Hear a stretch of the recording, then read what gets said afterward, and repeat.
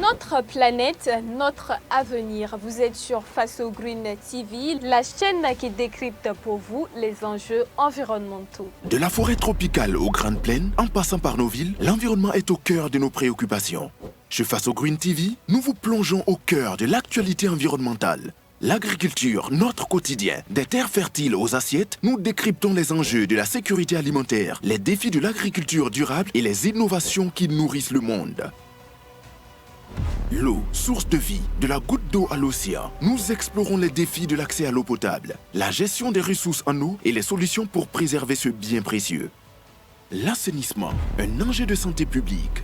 Nous vous montrons comment améliorer nos conditions de vie grâce à des pratiques d'assainissement durable.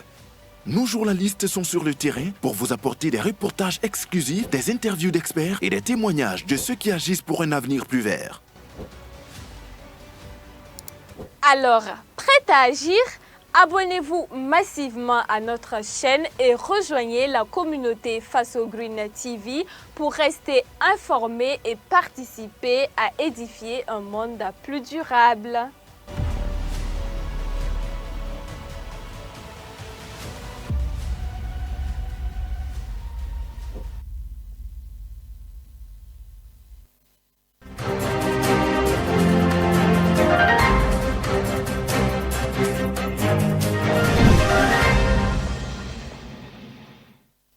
Madame, Monsieur, bonsoir et bienvenue à votre journal sur Faso Green TV. Je suis ravie de vous retrouver pour une nouvelle semaine dans laquelle nous allons vous partager l'actualité dans le domaine de l'environnement, de l'eau et de l'assainissement. Restez avec nous, on démarre tout de suite pour les titres. Nous entamons ce journal avec la loi sur les emballages et sachets plastiques adoptée le 30 décembre 2024 par l'Assemblée législative de transition du Burkina Faso. Pour en savoir plus sur le contenu de cette loi, nous avons tendu notre micro à la chef de service prévention des pollutions et des nuisances à la Direction générale de la préservation de l'environnement. Restez avec nous pour plus de détails. Dans la suite de ce journal, nous parlons toujours protection de l'environnement. Vous êtes nombreux à faire régulièrement vos vidanges de motos et autres engins. Mais vous êtes-vous une fois demandé quelle était la finalité de ces huiles usagées, où ils sont stockés et est-ce que cela ne participe pas à polluer notre environnement? Pour avoir des réponses à toutes ces questions, un de nos reporters est allé sur le terrain pour faire le constat. Des précisions dans quelques instants. Encore bonsoir, Madame, Monsieur et bienvenue. Le 30 décembre 2024, l'Assemblée législative de transition de Burkina Faso a adopté la loi numéro 10 sur les emballages et sachets en plastique. Pour décrypter le contenu de cette loi, nous avons interrogé la chef de service prévention des pollutions et des nuisances à la Direction générale de la préservation de l'environnement. Que doit-on entendre par interdiction des emballages et sachets plastiques? Cette loi viendra-t-elle mettre fin à l'importation du plastique? Que faut-il mettre en œuvre pour le respect des dispositions de la dite loi par les acteurs concernés? Ce sont entre autres questions auxquelles a tenté de répondre Maria Zongo dans ce compte rendu signé Mamadou Soare. Suivez. Ce sont là quelques lignes de la loi numéro 10 sur les emballages et sachets plastiques adoptée par l'Assemblée législative de transition le 30 décembre 2024. Une loi qui découle de celle adoptée en 2014 sur les emballages et sachets plastiques non biodégradables. Mais cette fois-ci, elle prend en compte tout ce qui est emballage ou sachet plastique, explique Maria Zongo, chef de service prévention des pollutions et nuisances à la Direction générale de la préservation de l'environnement DGPE. Voilà, elle ne parle pas d'interdiction, c'est à l'intérieur que la loi a ciblé une certaine catégorie d'emballages à interdire, dont les emballages de petites et sachets en plastique de petite dimension, donc des emballages et sachets plastiques ayant des dimensions inférieures à 44 cm de large et de 78 cm de long seront désormais interdits. Oui, ils sont interdits, mais que doit-on entendre par interdit? Est-ce à dire que l'importation s'arrête pour ce qui est du plastique? Ça ne veut pas dire qu'il ne faut plus importer. Il y aura des emballages et sachets plastiques qu'on pourra toujours importer au Burkina Faso. Voilà. Mais il faut respecter les dimensions, les orientations indiquées par la présente loi. Et aussi, il y a des emballages qui seront importés par des mesures dérogatoires. Ces dérogations concernent les emballages et sachets plastiques qui pourront être utilisés pour le conditionnement direct des produits manufacturés ou industriels, et une autre dérogation qui concerne les emballages et sachets en plastique qui pourront être utilisés à des fins de recherche expérimentale, de santé publique et de production de plants. Et la Direction générale de la préservation de l'environnement invite les acteurs au respect des dispositions de cette loi. Que ce soit à l'endroit des importateurs et des producteurs, nous leur demandons vraiment de respecter les dispositions de la loi qui demandent à ce qu'on fasse l'effort de produire des emballages supérieurs, dont l'épaisseur est supérieure à 70 microns et de dimension supérieure plutôt à 44 cm de large et 78 cm de long. Et aussi, c'est d'aller vers les alternatives. À la population d'utiliser les substituts au plastique et d'adopter les alternatives au plastique. Le ministère en charge de l'environnement, à travers la Direction générale de la préservation de l'environnement, qui a conduit les travaux de la révision de cette loi sur les emballages et sachets en plastique, va procéder à l'élaboration des différents tests d'application, et ce de concert avec toutes les parties prenantes, et aussi procéder à la délivrance des documents relatifs à cette loi sur les emballages et sachets en plastique. L'activité de collecte et de vente des huiles de vidange usagées de moto, bien qu'étant une activité récente, s'est très vite répandue à Ouagadougou. À quelle fin sont utilisées ces huiles de vidange? Selon certaines sources, elles seraient subtilisées dans les industries ou transformées et revendues sur le marché. Pour en savoir davantage sur ce que ces huiles deviennent après les vidanges et aussi sur le commerce développé autour, une de nos équipes est allée à la rencontre de mécaniciens, revendeurs et collecteurs de ces huiles de vidange. Pour plus d'éclaircissements, suivez cet élément de Colette Voudou. Au Burkina Faso, on dénomme des milliers de motos. Et c'est en cela que la capitale Ouagadougou est appelée capitale des engins à deux roues. Les huiles de vidange de ces moyens roulants doivent être renouvelées au moins une fois par mois, conseillent les praticiens de la mécanique. Mais que deviennent les huiles de vidange usagées? À quelle fin sont-elles utilisées? Des questions qui attirent l'attention de Paul Bouddha et Seydou Diala, tous mécaniciens.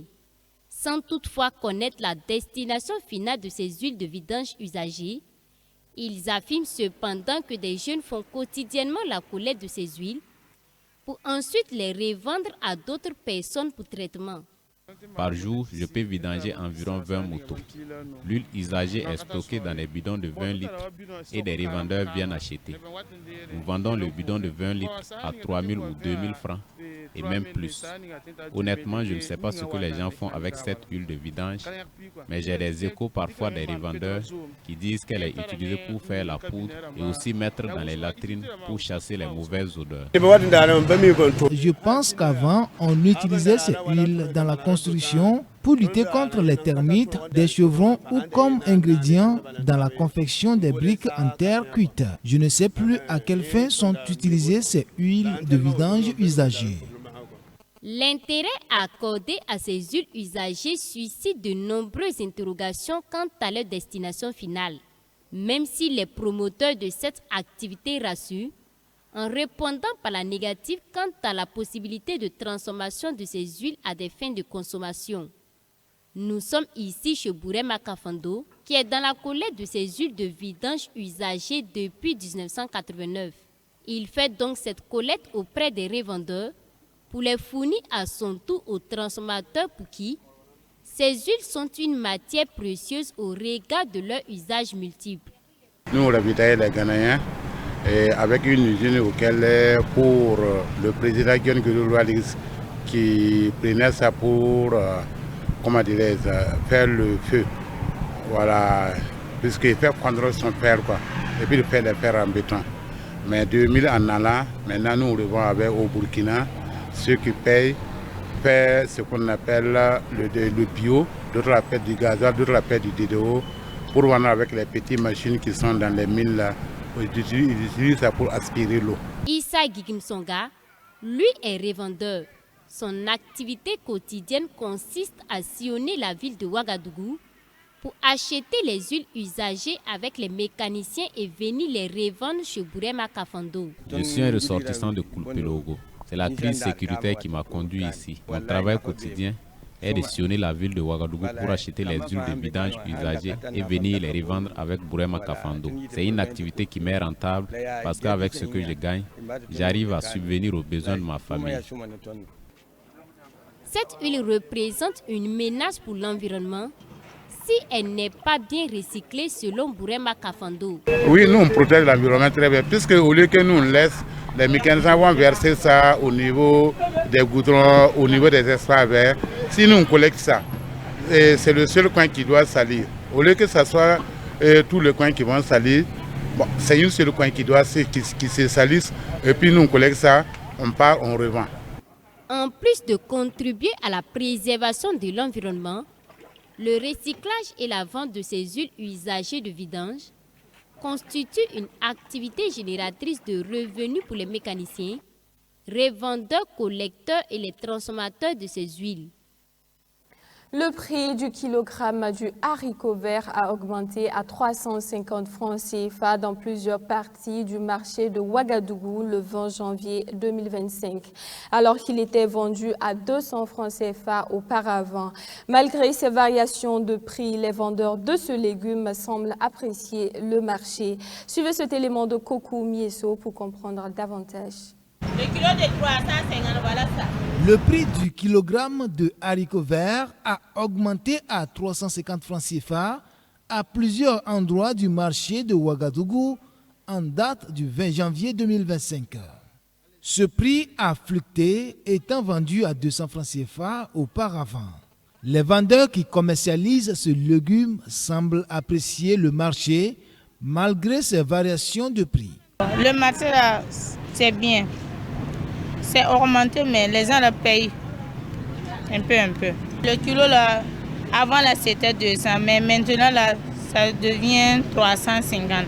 Selon ces vendeurs, les variations du coût par kilogramme sont liées au prix du sac. Et puis il y a des moments aussi on peut gagner ça 10 000.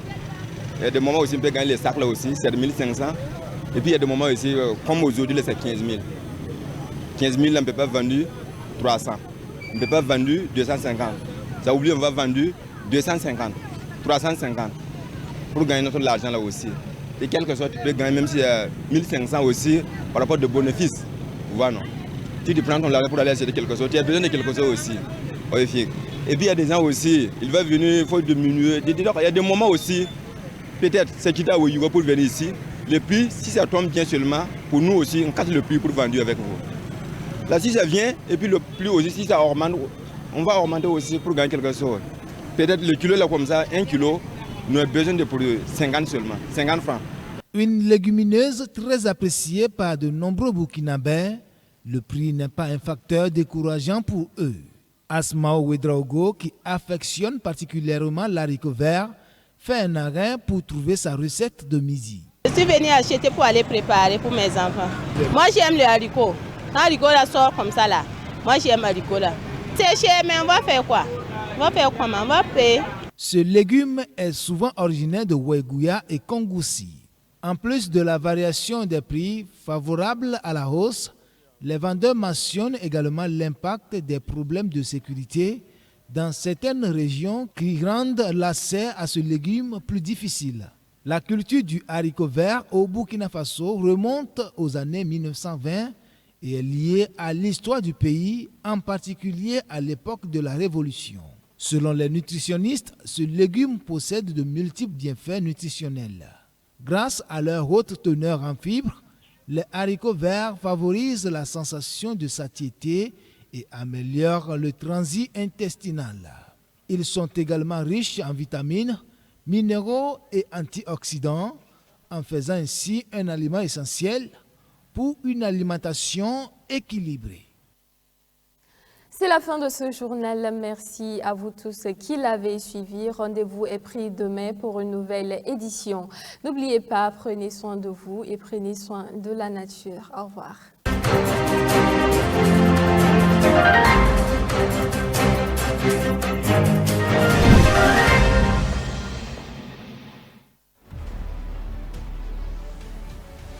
Notre planète, notre avenir. Vous êtes sur Faso Green TV, la chaîne qui décrypte pour vous les enjeux environnementaux. De la forêt tropicale aux grandes plaines, en passant par nos villes, l'environnement est au cœur de nos préoccupations.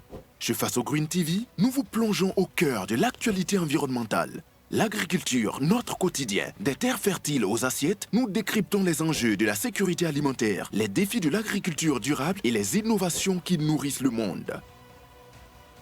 L'eau, source de vie, de la goutte d'eau à l'océan. Nous explorons les défis de l'accès à l'eau potable, la gestion des ressources en eau et les solutions pour préserver ce bien précieux. L'assainissement, un enjeu de santé publique. Nous vous montrons comment améliorer nos conditions de vie grâce à des pratiques d'assainissement durable. Nos journalistes sont sur le terrain pour vous apporter des reportages exclusifs, des interviews d'experts et des témoignages de ceux qui agissent pour un avenir plus vert. Alors, prêt à agir? Abonnez-vous massivement à notre chaîne et rejoignez la communauté Faso Green TV pour rester informé et participer à édifier un monde plus durable.